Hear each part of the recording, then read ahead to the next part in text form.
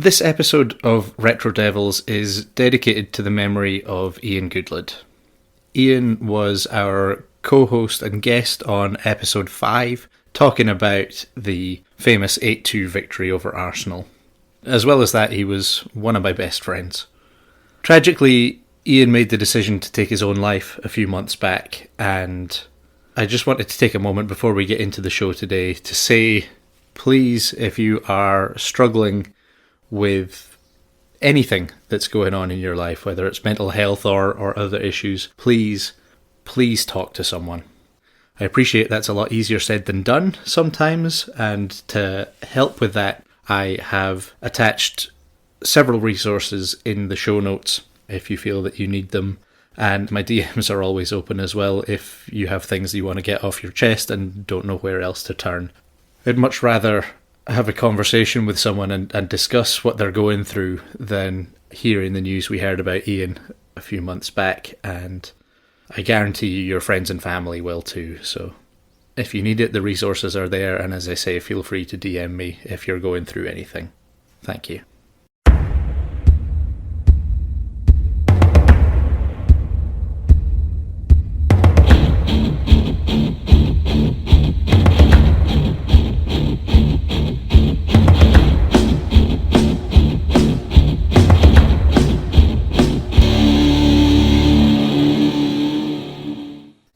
Few shirts in world football carry the presence and aura, or some might say weight or even stigma, as the number 7 at Manchester United.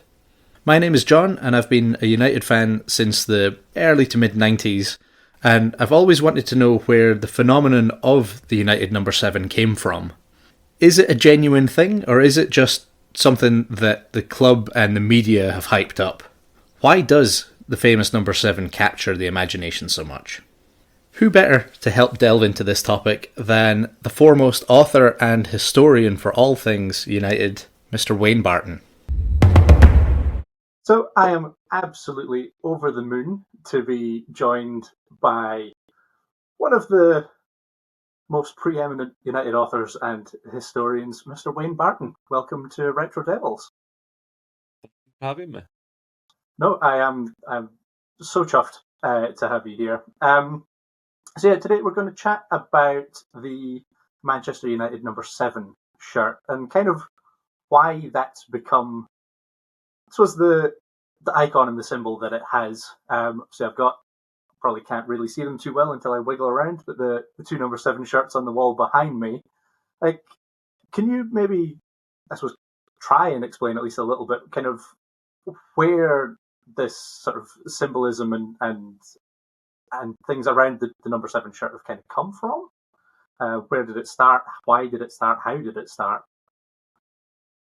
Yeah, it's a great topic of conversation, but I think it's more about opinion rather than actual facts. So I know the name of your podcast is Retro Devils, and you look into things of the club's history and everything like that, and so let's be careful with the distinction there. We're having a conversation about something that we believe, but it's not necessarily, like, we can talk about appearances and events and everything like that, and those things actually happen. This is a theory, and it's a really good topic of conversation, actually. Where did it begin? And I think,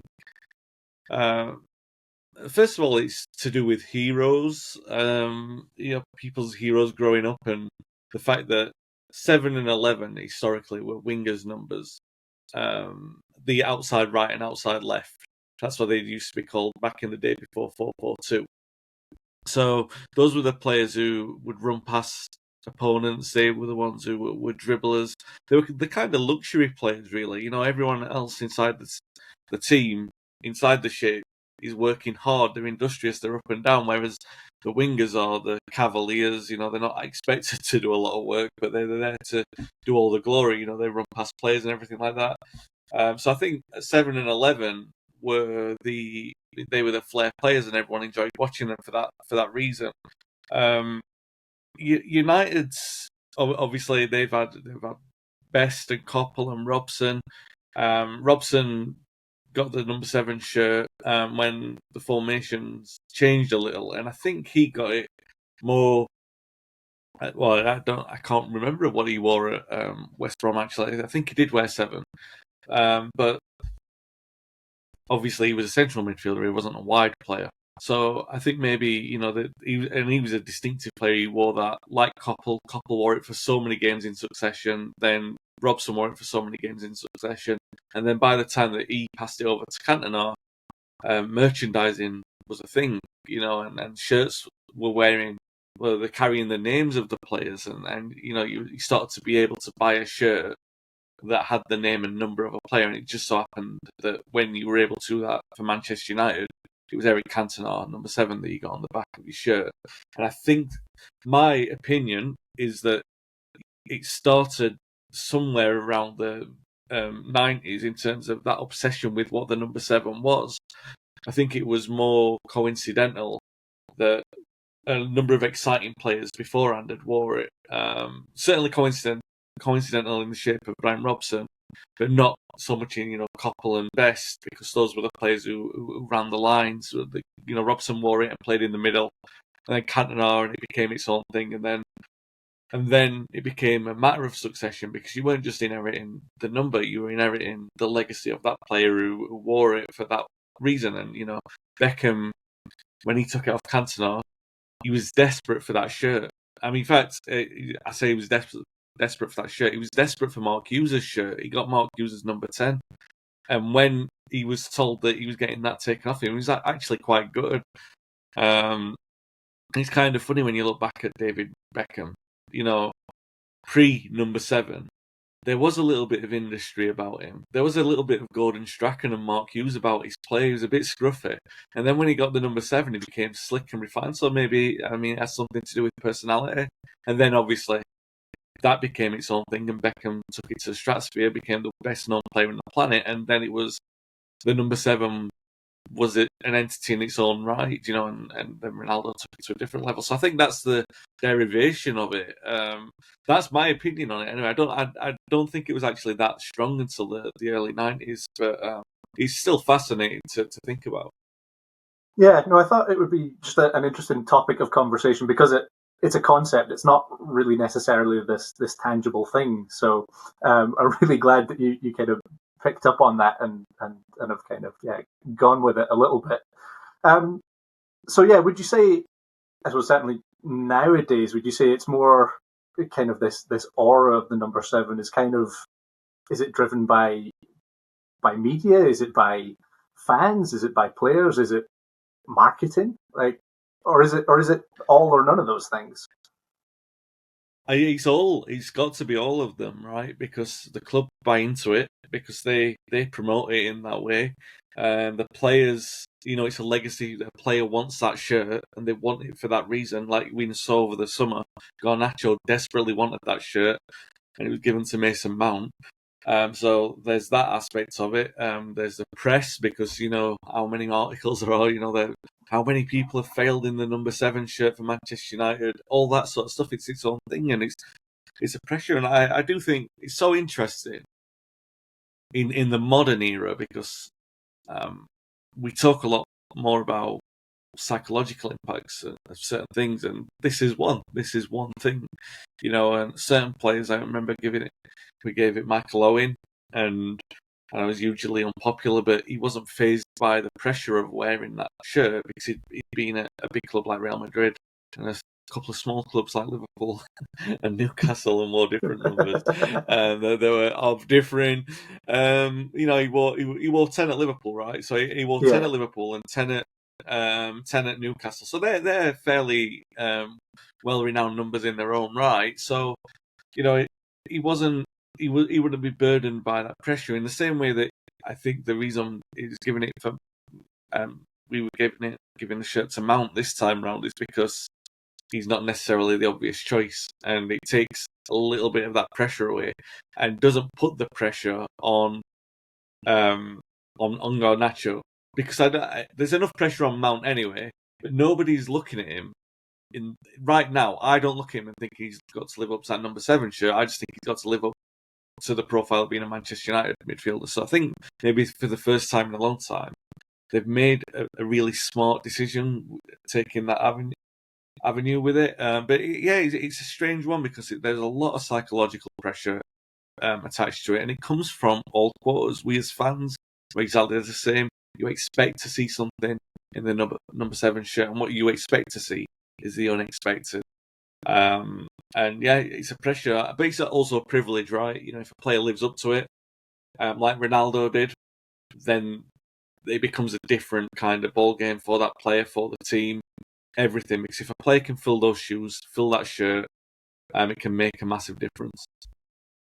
Yeah, that's it. And I suppose we've seen in some examples, you kind of almost touched on them there, almost the negative of that kind of psychological pressure, where players maybe haven't necessarily lived up to possibly even their own expectations, or certainly fans' expectations of what the Man United number 7 is.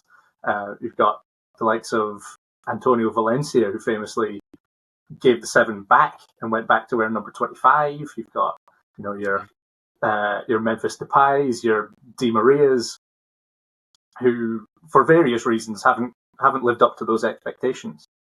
No, yeah, I think it's a great point, and the Valencia is the key one because in giving the shirt back, that did seem to indicate that there was a mentality aspect to it. Not, I mean, I've got no doubts about saying Valencia is a great player in Manchester United history, but you know, he was obviously a player who did have a couple of psychological setbacks, one being a broken leg, and it took him some while to recover his best form. With a horrific injury, and you can understand why it took him a long time. But what I mean is, if you have a player who is quite open to that kind of psychological influence having an impact on his game on the pitch, it's very interesting to observe. Because don't get me wrong, I mean, he took that number 7. He gave the number 7 shirt back and he took the number 25, and he was fantastic in that number 25 for all the time that he wore it, even when he was redeployed as a fullback, I think. Maybe legend's too strong, but definitely a cult icon at United. Definitely someone who's worth every penny that we spent on him, and definitely someone who could be proud of the effort that he put into that shirt. You mentioned some other names like Di Maria, who shouldn't have bowed to that pressure, and maybe that wasn't so much about the shirt than it was the move to England and everything like that. So there are a number of different reasons, but definitely there is a psychological impact there that can be traced, and is obvious there from the fact that Valencia gave it back. Yeah, no, it's a really interesting thing to kind of delve into, I suppose, isn't it? And like you'd love to dive into the minds of these players and kind of get their thoughts on it as well, I think. But to stick with the theme of players, I suppose, are there some that you would consider like your favorite number 7s? Would it be the kind of the iconic ones, or like folk who maybe have raised eyebrows when they've been given that shirt? And again, sort of touched on it already. Some of them maybe. Yeah. You know what's interesting? One thing I haven't done is go back and look at all of the players who wore number 7. Do you know, like, because obviously before 1993, there'll be a plethora of different players who wore 7. You know, like when Robson was injured, when Koppel was rarely injured. Before ironically his career was ended by injury, he was always ever present. And then obviously you got George Best, Willie Morgan, players like that, Johnny Berry before George Best. So a number of great players who wore that number 7. I think for me, I grew up with Eric Cantona as my favourite player, so it's difficult to move away from that. But then again, I happen to say, George Best, in my opinion, was the greatest player of all time. So they're the two, and they stand out as the United number 7. And look, I wrote a book on George Best, and number 7 wasn't his most worn number. No. He wore everything, and he wore number 11 so many times. He wore 9. In fact, no, maybe 9's the one he didn't wear, but he wore 10. He wore 8 loads. He wore all those forward position numbers.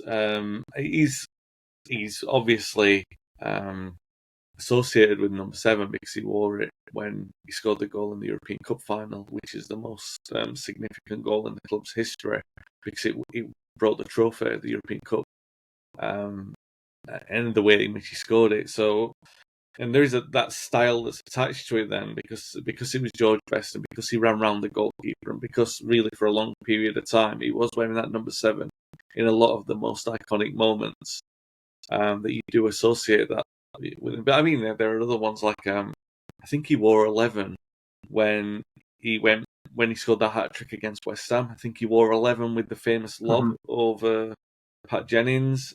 He wore 8. He certainly wore 8 when he scored that goal against Chelsea. I know I'm talking about number 7 now. I've gone rambling away from all while the other numbers are important. But you could just dedicate them all to George Best. But George Best wearing 7 was the one for me. I think he's ironically, I do think it came in around Eric Cantona, but George Best is the symbolism of it. You look back and you think if there's an ultimate number 7, he's the one, because he was the one who started the trend of this is what it means to wear that, and it's something a little bit different. It's not just the number 7. Best, Robson, Cantona and Ronaldo all wore number 7, but you look back at Duncan Edwards, go back to Billy Meredith, players who didn't wear 7, but they were outstanding individual players in that team, and a Manchester United team always accommodates an outstanding individual, and those are the players throughout. All those players I've just mentioned are the outstanding individuals, and more often than not they have worn 7, and that did start with George Best. So it's so fascinating. You could just go on and on and on talking about all that symbolism, but he started officially for me with Eric Cantona on the merchandising, but it goes back historically and spiritually to George Best scoring that goal at Wembley. Mm-hmm. That's it. And I suppose with George as well, there's so many of the iconic pictures, photographs of him are in that number 7 shirt. You know, the one you see all the time of him kind of back on, the long hair flowing, and just that 7. It just stands out. It's this it's just this perfect kind of image, and it's the number 7 that's on that, and I think that's maybe kind of got something to do with it as well. Yeah, exactly. Well, I think that's we're running a little short on time, but thank you very much, Wayne, for taking some time out of your day. I understand that you are a very busy man at the moment. You have a lot going on, so yeah, I'm just really, really grateful to you for sparing us a little bit of it to chat about Man United, a subject that we both clearly love. So yeah, is there anything that you would like to kind of shout out or plug or anything like that before I let you disappear? No, just check out our podcast as well, the Talking Devils podcast, which isn't the same as The Athletic, even though we get so many comments on our Twitter feed saying that it is. Everyone on that podcast does puts in a lot of hours, like you do on this one. You know, you're doing it all for the sake of doing it and creating something for other people to enjoy. We're not doing it subjects that you enjoy talking about, rather than talking about speculation and going over things to, like throwing players under the bus and everything like that. You're talking about meaty subjects which are really good and worthwhile for the club's history, and we do that on our podcast as well. So if you're listening to this and you like this, come and give us a subscribe over at Talking Devils as well. Perfect. I'll stick a link to it in the show notes as well for everyone. So it should be easy enough for everyone to find. But yeah, thank you very much, Wayne. Thank you so much to Wayne for taking the time out of his day to talk to us. It really is massively appreciated. As we discussed, Wayne also hosts his own podcast, Talking Devils, often with former United fullback Paul Parker on there, which is a great listen, and I've linked it down in the show notes. Obviously, it's not to be confused with the Athletic's Talk of the Devils podcast, which is a different thing entirely. Wayne is also a rotating host on No Question About That, which is another United podcast that I really enjoy, so I put a link to that in the show notes as well. You can also buy his books from all good bookshops and online vendors, and no doubt some rubbish ones as well. For our next episode of Retro Devils, this Manchester United History podcast, we are revisiting our Team of the 90s series, where we are picking the right back for our United Team of the 90s. There's still a chance for you to get your votes in for that over on our Facebook group, which I've linked in the show notes. And if you want to join the group, please do. And if you also would like to follow us on social media, the best place to do that is on Twitter, where we are at Retro Devils Pod. We do also have an Instagram as well, at Retro Devils, although I am thinking about scrapping that. So unless you really, really want me to keep it and let me know that, the Instagram probably won't be around for terribly long. If you're listening to this on YouTube, please subscribe to the YouTube channel or on whatever podcast platform you get your podcasts from. I would greatly, greatly appreciate it. But until the next time, I've been John. This has been Retro Devils Manchester United History Podcast, and I will talk to you again very soon. Cheers.